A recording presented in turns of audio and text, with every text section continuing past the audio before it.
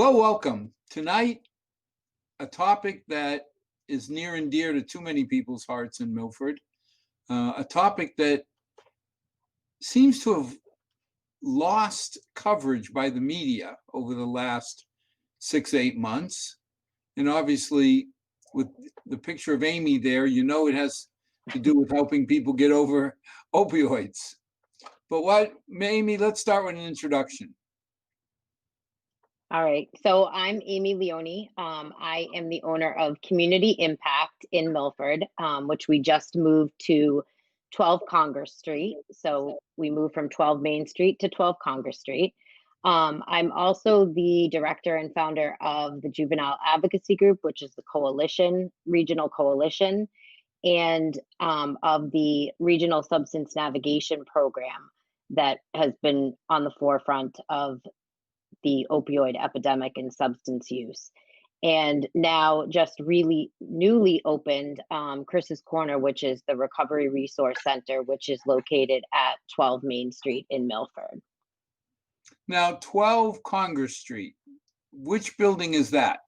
Right next to Bright Insurance. Okay, now I know where it is. Yeah, the beautiful building, our new home. So that's where all the counseling and mental health services and substance abuse services are over there for individual and group counseling. And then Main Street is where the Recovery Resource Center is. Now, what's the big difference between the two? The Recovery Resource Center is one that it was funded through a Bureau of Justice grant in collaboration with the Worcester District Attorney's Office. And that's really a place where those that are struggling with their recovery, they can get resources of recovery coaching, get into placement. And there's also groups and support for the loved ones and themselves, as well as, different workshops and skills that they can, increase to get their life back on track after getting out of rehab or any type of program. So it's new. So it's kind of, we're in the waves of trying to figure out, how to make it work and what's needed for that population and do what's best for the community in regards to that. Now, one of the biggest things is people are asking, is the opioid epidemic gone away? I mean, you never hear about it. Now it's all COVID and Trump and Biden. So for the last 3 months, it seems like the way to fix the opioid problem is to have a presidential race or a COVID pandemic. Yeah, it definitely hasn't gone away. We have in 2019, at the end of October, we had 69 overdoses and 2 deaths. And now in that same time period in 2020, we've cut that in half at 38 overdoses and 2 deaths. So, we've done a great job at, increasing our community efforts and increasing the awareness of our resources. So we are seeing people who come, who are having problems, or family members who know that their loved ones are struggling with an opioid or any substance abuse addiction, that they're coming to us prior to the overdose actually happening. They're still happening. Like last month, we responded to 4 opioid-related overdoses in the area. So they're still happening. They're just happening at a lower level, and we seem to be helping more people on a monthly basis than we have before. Now, you mentioned 38 overdoses. Mm-hmm. That's in Massachusetts, in the United States. That's not our little town of Milford. It's our regional community. So that's the Regional Substance Navigation Program covers Milford, Hopedale, Mendon, Upton, and Hopedale, Mendon, Upton, and Milford. And so that's 38 in those communities. That's in total. That's still huge. Still huge, right? It's definitely better than our 69 last year. We still have a ways to go. But at least we're, in those 38, if you think about it, we helped just in the month of October, 90 different individuals reached out to us for support, either for themselves or for a loved one. And if you think about that, that could have been potentially 90 more people who could have experienced an overdose. So to me, when I look at, how are we doing, I find the success in the people who are, reaching out and coming. They're really addressing that. Not having our mission is no shame, no judgment, just truth. And so those, it takes a lot for somebody to call us and say, I need help.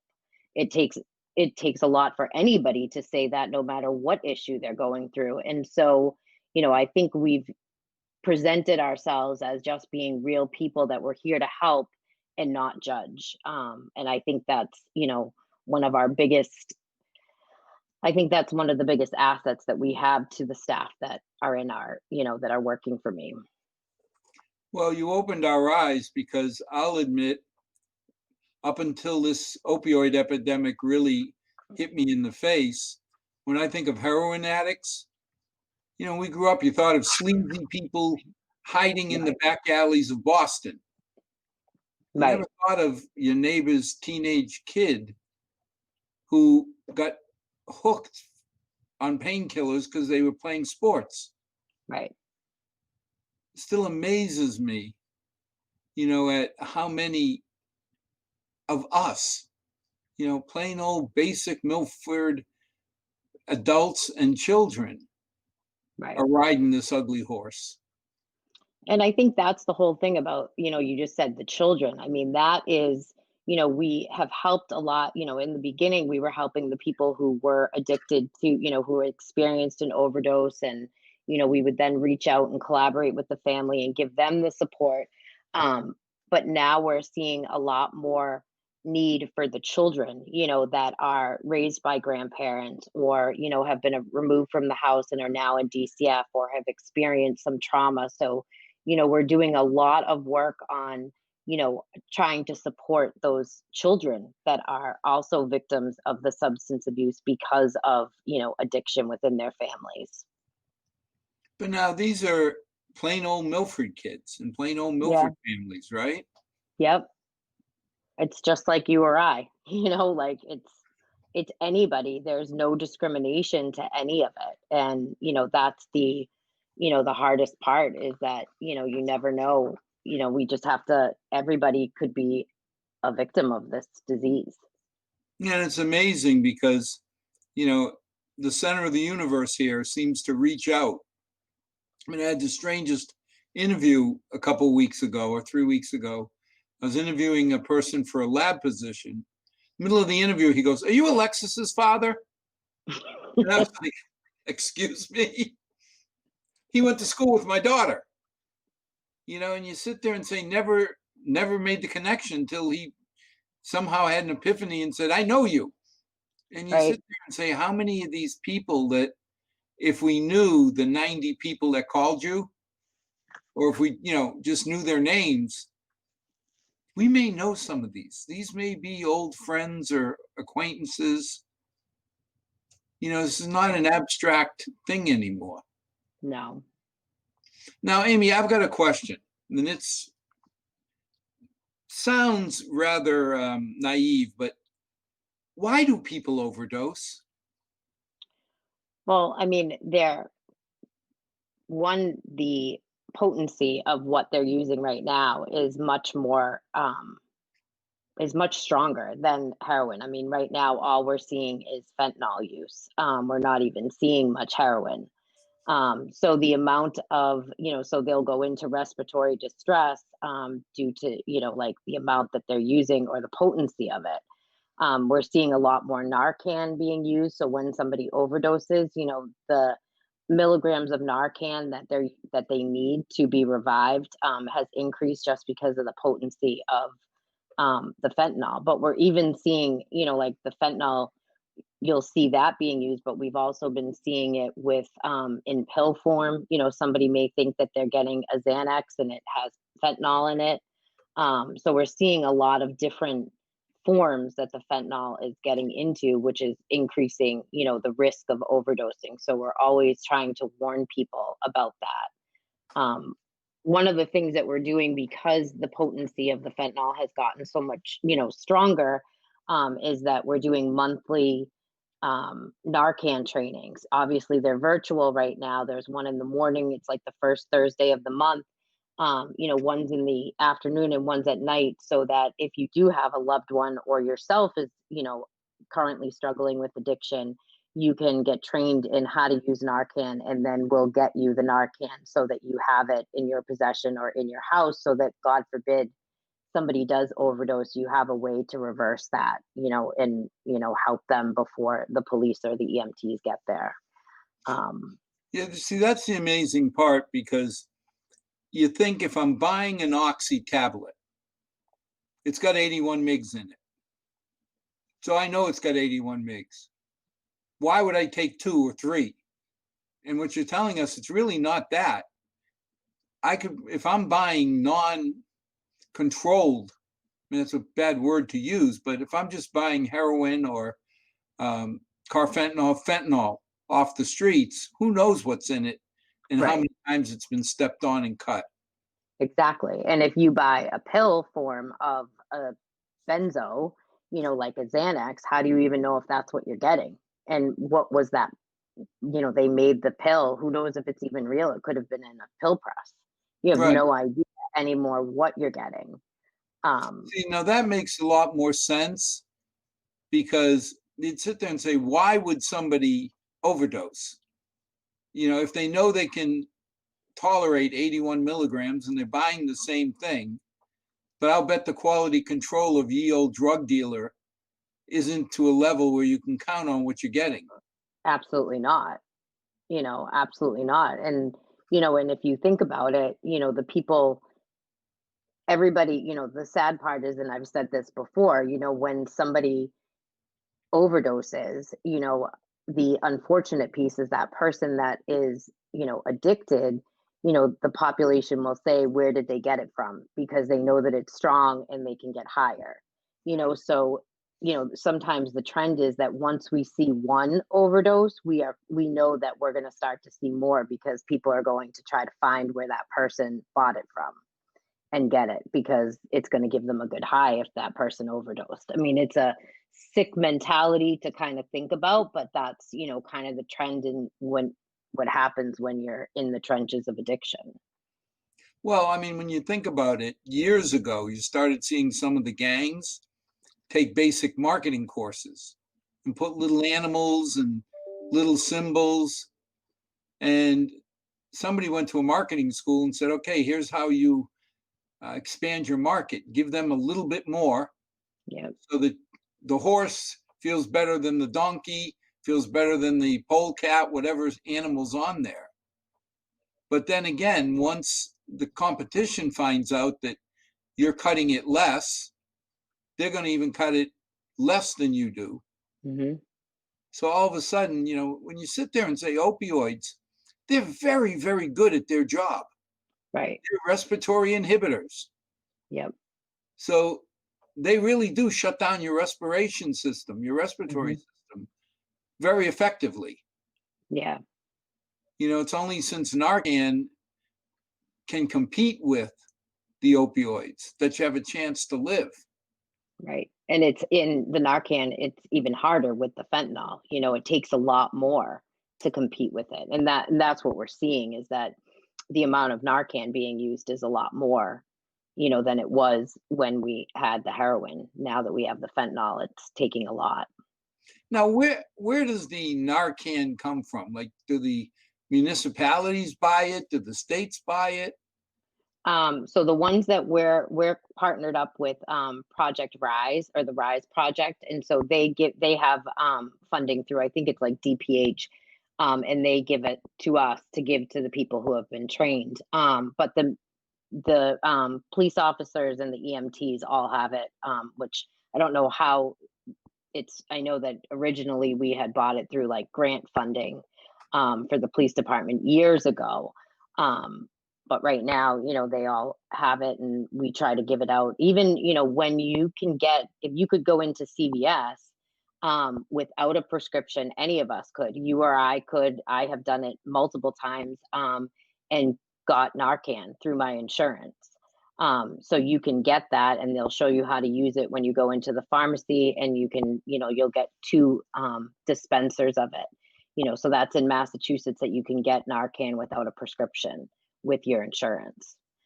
So we always encourage people to do that as well, in the meantime, before we have our trainings, if they, aren't able to get onto those. Because it's amazing.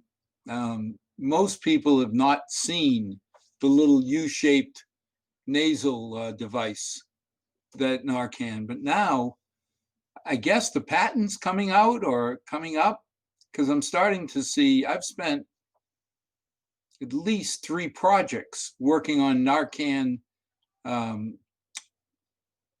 devices, or devices to provide Narcan from different companies.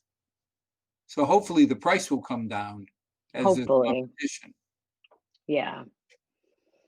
But it's strange, because whenever I won't say whenever, but the vast majority of times when we're testing nasal devices, they're just straight up.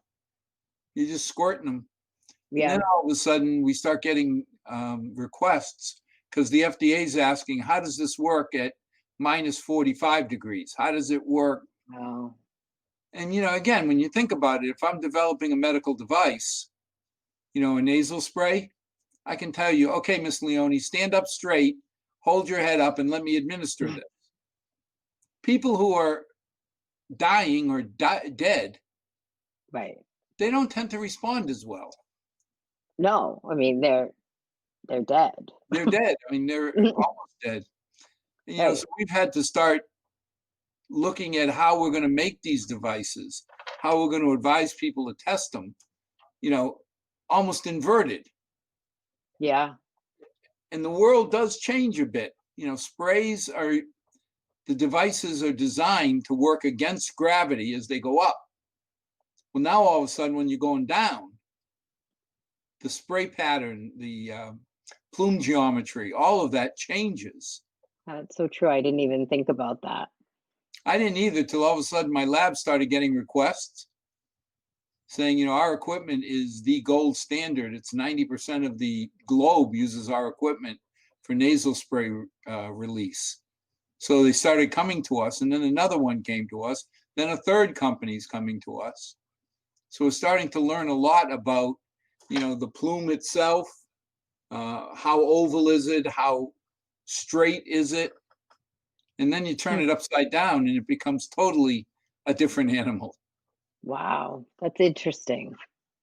Amy, when I first joined Proveris, I thought nasal sprays or oral sprays, like the kids' puffers, were a little Yeah. bottle, a little plastic holder, you squeezed it together, and that's it. All of a sudden, I'm starting to learn that a lot of these devices have over 20 little parts to it. Really? Something like an oral device, if you shoot it, when you put it to your mouth and you squeeze it, if it goes at an angle, hits your cheek, runs down into your esophagus, you get no efficacy. So you have to make sure that it shoots straight. And like the nasal spray, a lot of times you have to be careful on the droplets, that they're just the right size. Wow. Because if they're too big, it comes out like a squirt gun, hits your nasal cavity and just goes down. Obviously, nothing. If you Right. need to get into the blood-brain, across the blood-brain barrier, then you can't have the droplets so tiny that they'll go right through the nasal membrane into the lungs and may not work as well. Wow. So it's amazing what amount of research is going into developing Narcan alternatives. I can imagine. From your side, when you say you get phone calls, what are the calls about? I mean, you don't have live-ins, I don't think. So you're not, No. what are you doing to help these people? Well, and the phone calls vary. Sometimes it's the person that says, I need to go to detox. I'm struggling with my addiction. I need help. I don't know where to go. I don't know where to even start, so they're kind of the desperation of I need to get in someplace now. That's the one type of call. We'll have the other, calls that are the family members, like I'm nervous about my husband, my wife, my son, my daughter, whoever it is, that they're nervous because this is what they're struggling with and they don't know what to do.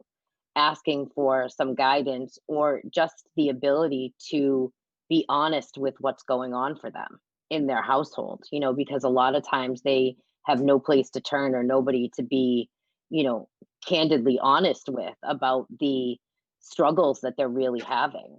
So sometimes we're just a listening ear and giving them, some resources or some, discussion or strategies that they could, help their child or whoever the loved one is with it. And, also the resources that we can offer them as well. Um, and I think a lot of the phone calls that we get, it's all about the initial phone call is all about that relationship building. That when they call, they know that we are 100% listening to them, that we're not distracted, we're invested in how we can help them. And I think that makes a huge difference where, it's not just a 1-800 number. You're actually, going to get a person. And if we can't get to the phone, you'll get a text right away. And then, we'll be in touch to, wait shortly to make sure that we're there to help them. So, I mean, there's just so many. We've been getting a lot of calls with people who are homeless and looking for resources of where to go, or if they need resources such as, clothes or things like that, because we've done a lot of clothing drives and, getting resources for people in these situations. So, we've gotten a lot of calls like that too, or people looking for shelters, they're looking for food, opportunities, and, we'll send them to different avenues that we have in the community. But it's really a lot about collaboration. I mean, we're all, kind of working together to see what we can do to help the multiple of problems that are out there for people. But now, when somebody calls, I remember reading, and I mean, you're living it, I'm just reading about it. They said the biggest milestone was to get to somebody to admit, I'm an alcoholic or I'm a drug abuser, I need help. Huge. How do you get somebody? I mean, I'm addicted to alkaloids. I always have been. Without my coffee, I don't know what I would do. It wasn't until I had the nuisance and needed quadruple bypass, a trip to the hospital, that my darling bride knocked off my caffeine and makes me drink decaf. But that's minor, compared Right. to somebody that's hooked not on alkaloids, but on opioids. Right. And the whole thing of like, that they're sick and tired of being sick and tired. That's what gets them to that point. Is that, at some point they're just using their opiates to get through the day and to just get up and function. So it seems like when we get those calls and the person is like, I'm I need help.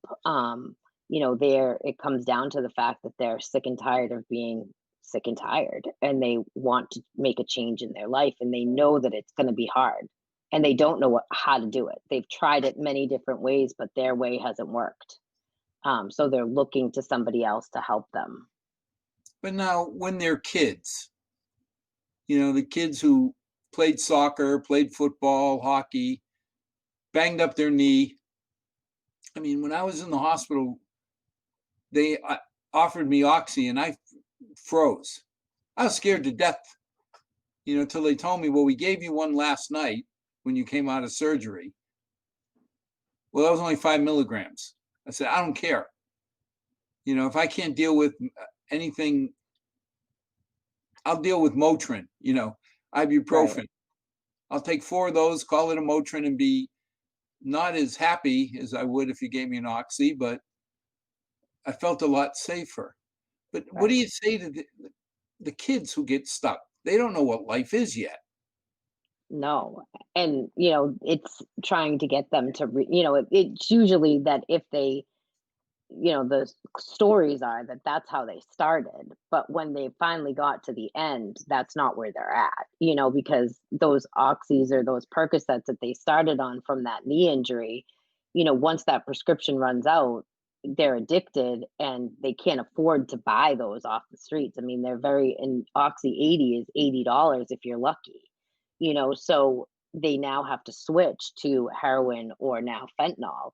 And so when they finally get to us, it's more of a fentanyl addiction. And their story is that it started with a knee injury or whatever it was.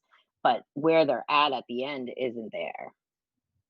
Well, I mean, you think about I'm a teenager or I'm an adult and I'm hooked on Oxy.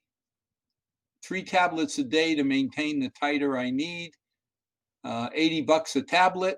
Like you say, if you're lucky, that's still $250 a day. Yeah, it's a lot of money to maintain that habit when heroin or fentanyl is a lot cheaper. Yeah, and I was going to say, even if you have a job that pays well, I can't imagine if you're high all the time, you're going to maintain it. Not forever, like you could probably hide it for a little while, but it's not going to other things are going to start to fall apart. There's other aspects of your life. You're not going to be present for many different things. You're going to be constantly falling asleep, nodding off. There's many different aspects that you'll be able to maintain it for a little while, but not forever. And then it almost seems like you have no choice but to roll down the heroin highway there. Because what's that, $15? Right. Yeah, I mean, it doesn't, it's more I mean, I hate to say it like that, but I mean, that's how it happens, is that people run out of money and then they have to revert to something else. Yeah, I don't want to be cold about it, but I cannot afford $250 a day long term. No. $50 a day still may be a challenge, but that's a week's worth of heroin for a day's worth of Oxy. Right. And I don't know, what is a fentanyl now? How does that fit into the economic equation? I mean, I think it's comparable to what that heroin was. It's still on that side, not where the opioid, the pills were. I mean, and now the whole thing is that it's harder to, even if you wanted to be on the black market selling the pills, they're a little bit harder to get too. So it's easier. But now when somebody calls you and says, I need help, what do you do? What can you do for them? First, you tell them how proud you are of them, that they made this phone call, and really, commend them for that part. And then ask them, what do they want to do? What does help mean? Because my definition of help for them may not be the same as what they're thinking. So, I mean, it's kind of getting a clarity to meet them where they're at. And when they call, I mean, that help could be, I want to meet with a therapist. I want to go to detox. It depends on where they're at in regards to what they mean by help. Some people may just call because they, we call it like the back problem. They just want to get people off their back. And so they make that phone call saying, I want help, but they really don't want it. So it just depends. It's really trying to figure out what that actually means for them. Yeah, I can't imagine that anybody says, I finally feel semi-good being high, that I don't want to be high anymore. It's got to be all the consequences they're facing. Well, and I think that they're just tired of the life, They're really tired of that life that they are living. And it gets old fast. But now what can you do? I mean, you can counsel them, but how do you tell somebody who's physically dependent, whose body is screaming, feed me, feed me? It's like taking a fat old man like me saying, don't eat. I mean, okay, I know I shouldn't be eating what I'm eating, but I got to eat something. How do you get these people? Well, I think you just tell them the reality of what they're going to feel when they're detoxing, and that it's not going to be pleasant, that the best and safest way to do it is to go into a detox. so that they can do it safely, because it is going to be miserable. And 9 times out of 10, the misery is so bad that they end up calling the dealer so that they can get high to stop this misery that their body's feeling. And so if they really want to do it, then to go into a detox and detox from and get the correct medication and be monitored and all of that stuff. So in all honesty, when somebody calls that, and says that they want help, and we talk about, I'm very real with them. All of my therapists and recovery coaches are very real with, what are you going to experience? And are you ready to be able to do that? And in the past, when you've tried to kick it on your own or whatever you've tried to do, cut it cold turkey, done it detox at home, how has that worked out for you? So really trying to figure out what their past has been, and give them the advice. And some people just don't want to go to detox. They're afraid, they don't want to go in there. And we try to help them as best that we can, but eventually sometimes it leads that way for them, regardless of what they want initially. Now, what are the odds, when you say home detox? You're home, you may be alone. That's got to be an order of magnitude more difficult.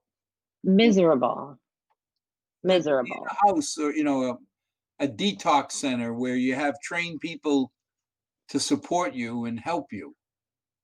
Right. And medication to make sure that you're comfortable.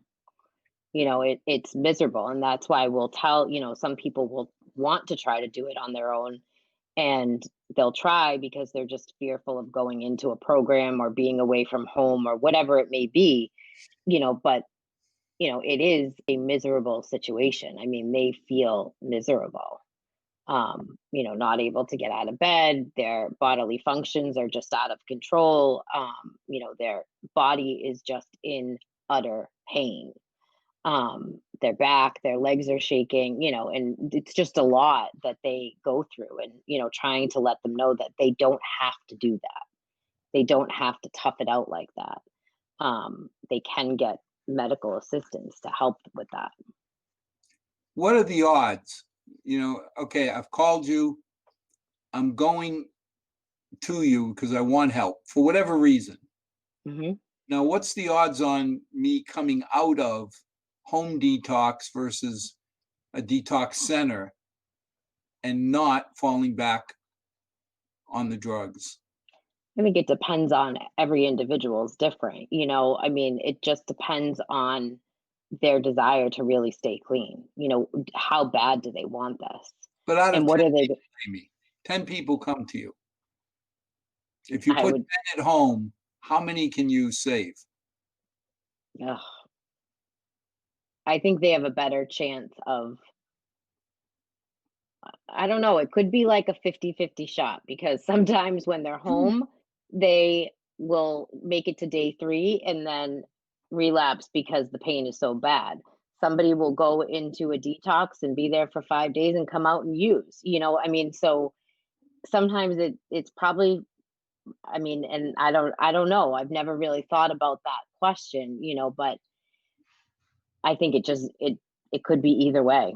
But 50-50 chance sounds great to me.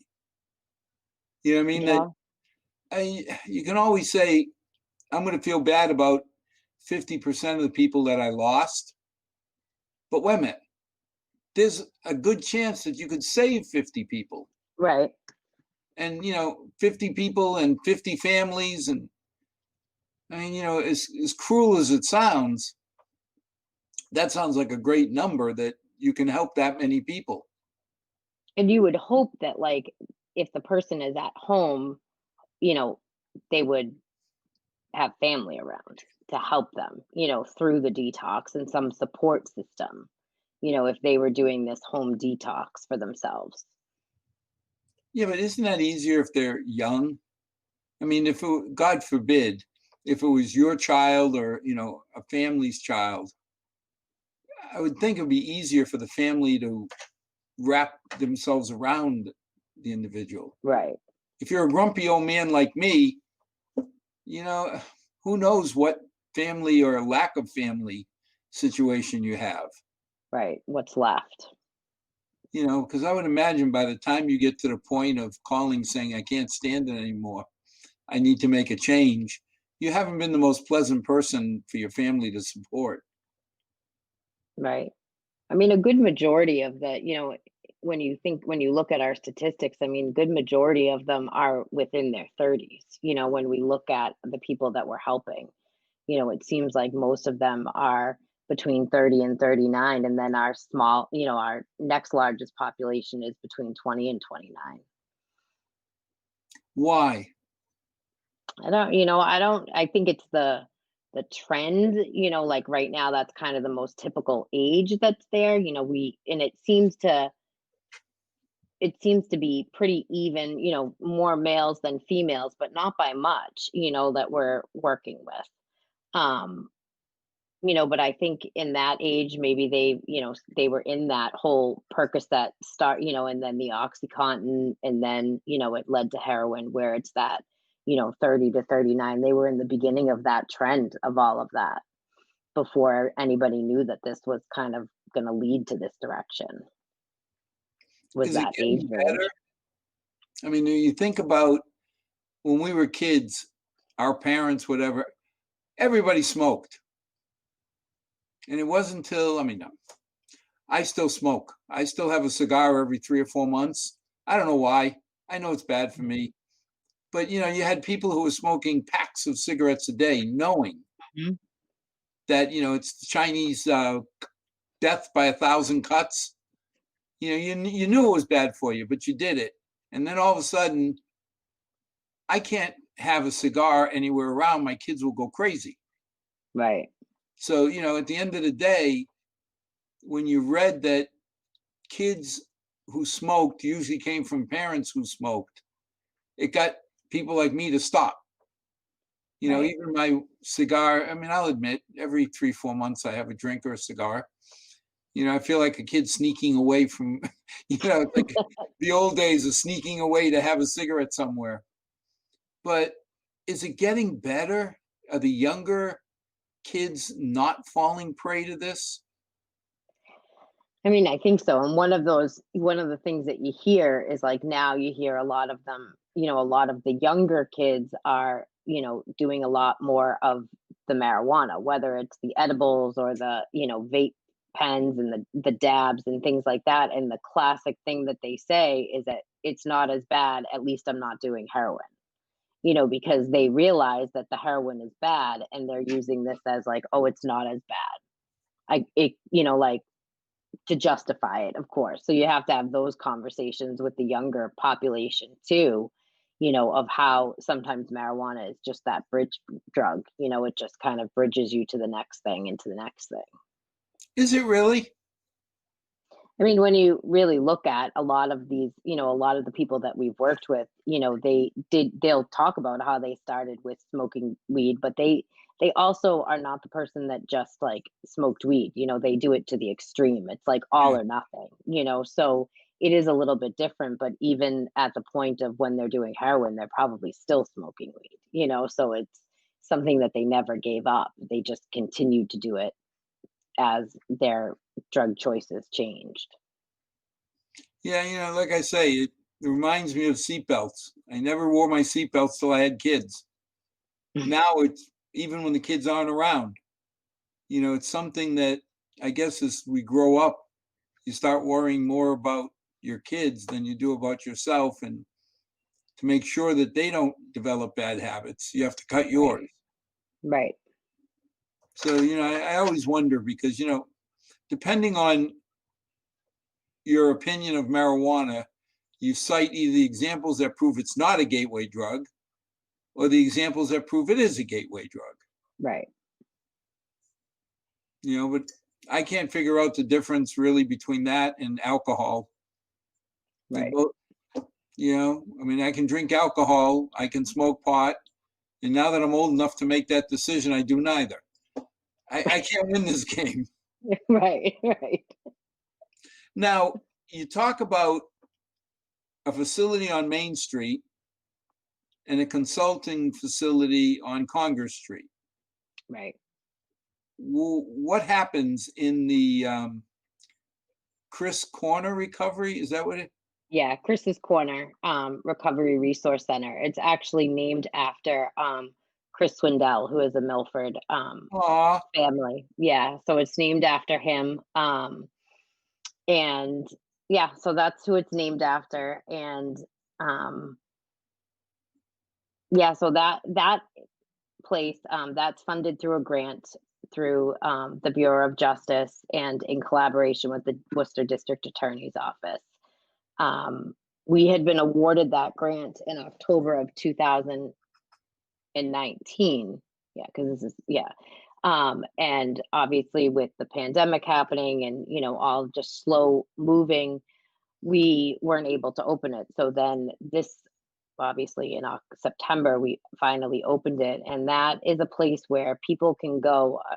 When our office was in that building, Community Impact was in that building on 12 Main Street. And it became kind of that place where people would just walk in off the streets who needed support.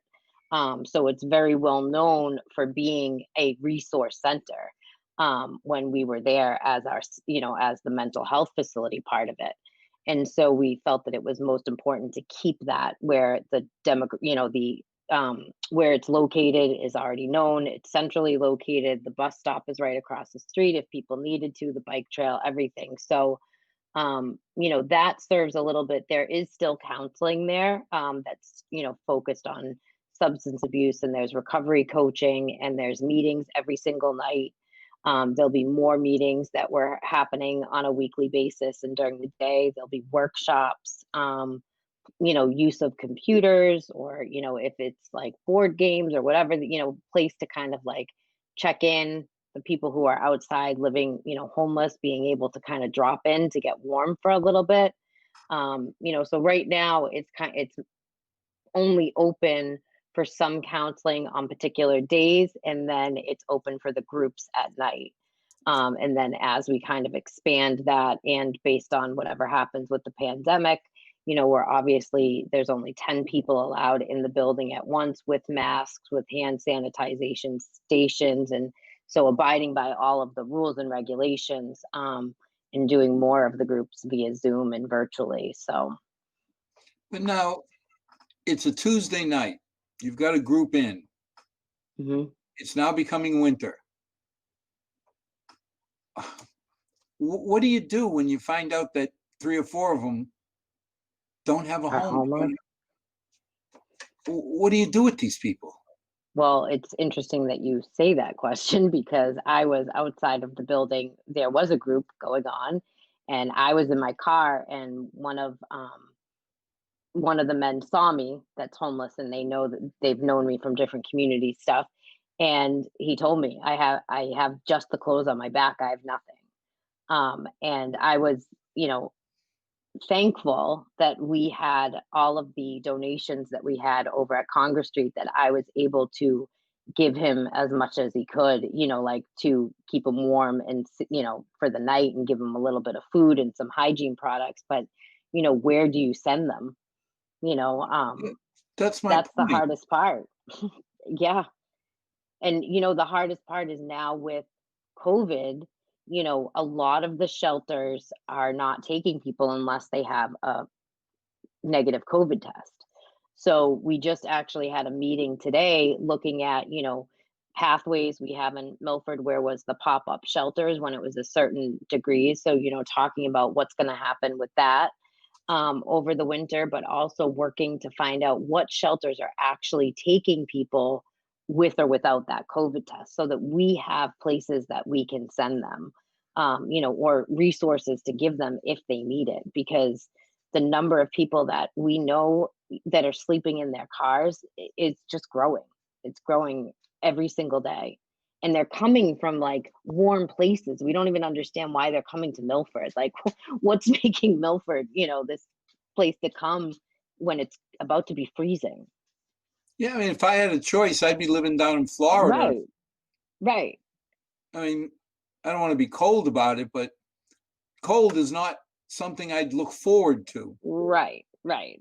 So I mean, so that is one of the biggest things that We've been meeting with the Milford schools and Catholic Charities and Salvation Army, the police department, ourselves, the Pathways group, and all the churches to try to figure out what it is that we can do as a community to help these people, whether it's gas cards or hotel stays, or just trying to figure out what can we do. We have a homeless problem in Milford.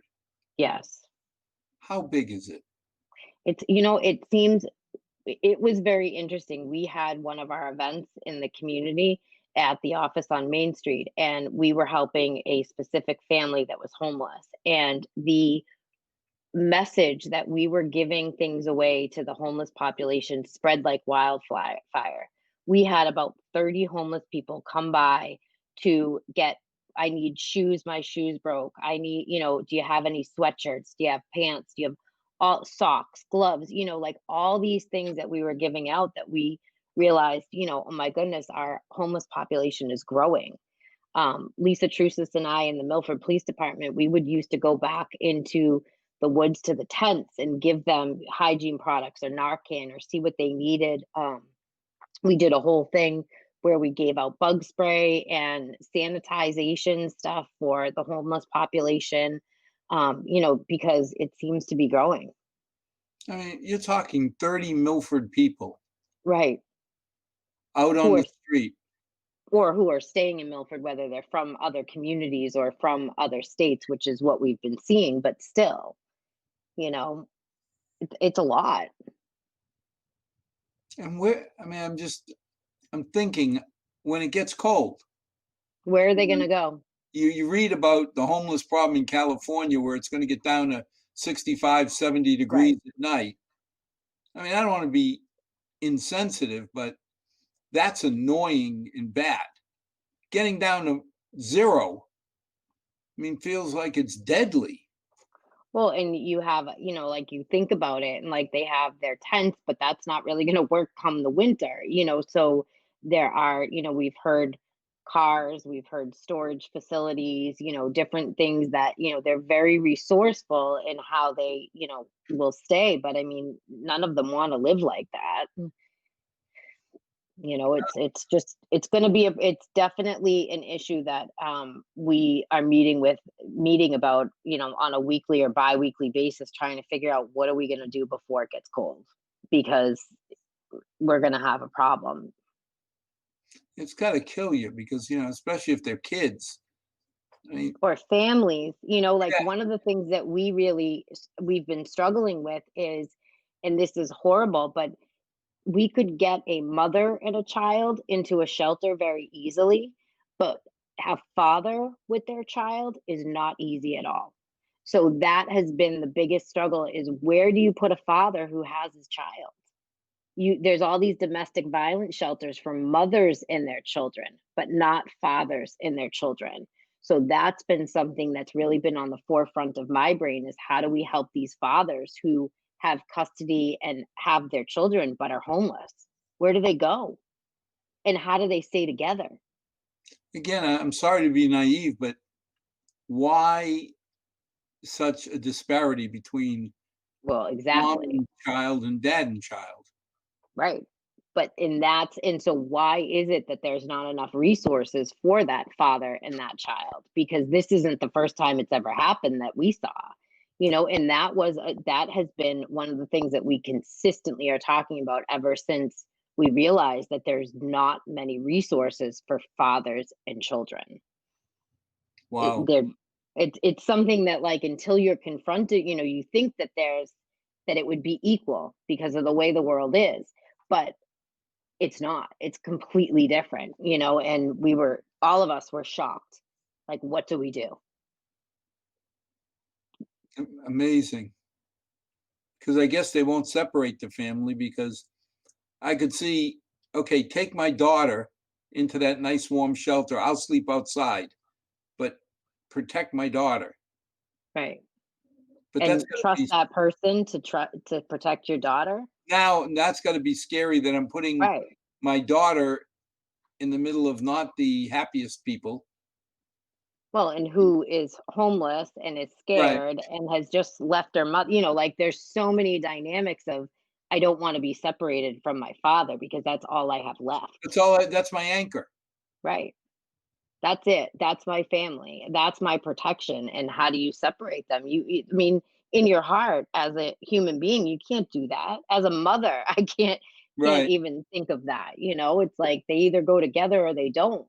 But Yeah, but then like you say, they either go together or they don't, but that means the boy or the girl is out sleeping in the cold too.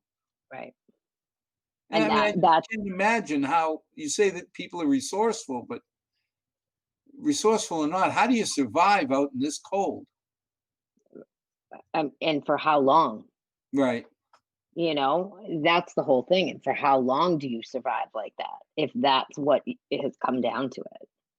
I mean, I remember when they had the giving tree at St. Mary's, and it used to break our hearts because we'd take one of the little um, tokens, and this girl wanted a coat. She said her sweater had too many holes in it. She wanted a coat. Or they had a mentally handicapped boy who, for Christmas, he wanted a book because it Mhm. was too cold to walk to the library every day. So he wanted his own book. My God, it's like it's ripping. I know. It just rips you apart thinking that Milford kids, there's some little girl out there who didn't have a coat to go to school in. You should have seen the number of, I mean, this year we've been collaborating with the Milford schools that the number of families that need clothes. And so we're doing a whole, jacket drive and everything with one of the churches to try to make sure that everybody has coats that need them and gloves and winter stuff because I mean, it's unbelievable. I remember reaching out to one of the angels in Milford, um, Lisa Kincaid, Yeah, and it was late at night, and we told her we just met this woman. She has two kids. They don't have coats. Somehow, the doors got opened, coats came out, and the kids were at least warmer for the night and right, going on. But you sit there and say, if it wasn't for her being an angel and saying, okay, I don't care what time it is, right. I mean, she's not on the clock, but she's a mother. You know, That's she, right. she knows what's involved. But you got to have people like you and her and others that will go out of their way. Because otherwise, it's a scary movie when you start thinking about people trying to survive in this cold. Right, And then if they have an opioid problem on top of it, right. as the pandemic, you said you're getting less calls. Is the pandemic keeping people away from the opioids or? Well, I think we're getting less overdoses, more calls, and the number of calls for mental health services is out of control. I wish that I could keep up with it. I mean, over the pandemic, I hired 5 more therapists because the demand was so extreme. And I could hire 5 more and still not touch my waiting list. It's really, really out of control. What can the average Milfordian do? I think when we, like reach out for help when you need it. I think that's and talk to your neighbors. And, when I think of like, what do I tell people, like when people say, what do you need? And it's just to listen to other people, be there for each other because everybody's going through something and we all need somebody to listen to. And, I just say, be there for each other. Well, Amy, as we come to the end of our show, I count you as one of the angels that keeps Thank Milford you. going because what emotionally you must go through. I mean, I've never worked a day in my life. I go to work to have fun. I mean, you are having such an impact on people and families' lives, but it's got to be emotionally draining on you. So thank you Yeah. for keeping up. Thank you for having me. I appreciate it. And to our 6 loyal viewers, I mean, I don't know how to even say thank you. And mean it as much as I do for all the people who help Milfordians or people who are living in Milford who need that extra little help. I hope none of us ever do, but I say thank you to people who do step up and help out people. And as always, thank you for joining. May tomorrow night be a better night than tonight. May God bless. Let's hope that you and your family never have to deal with any of these services. But it's like the police department. I hope I never use them. But when I need them, I certainly want them or the fire department to be there. So I'm really, really proud of what you're doing. Good night, all.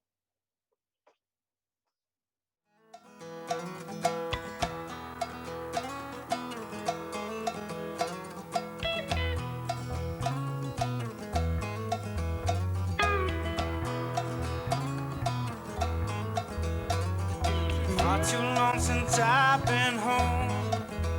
Been running all my life just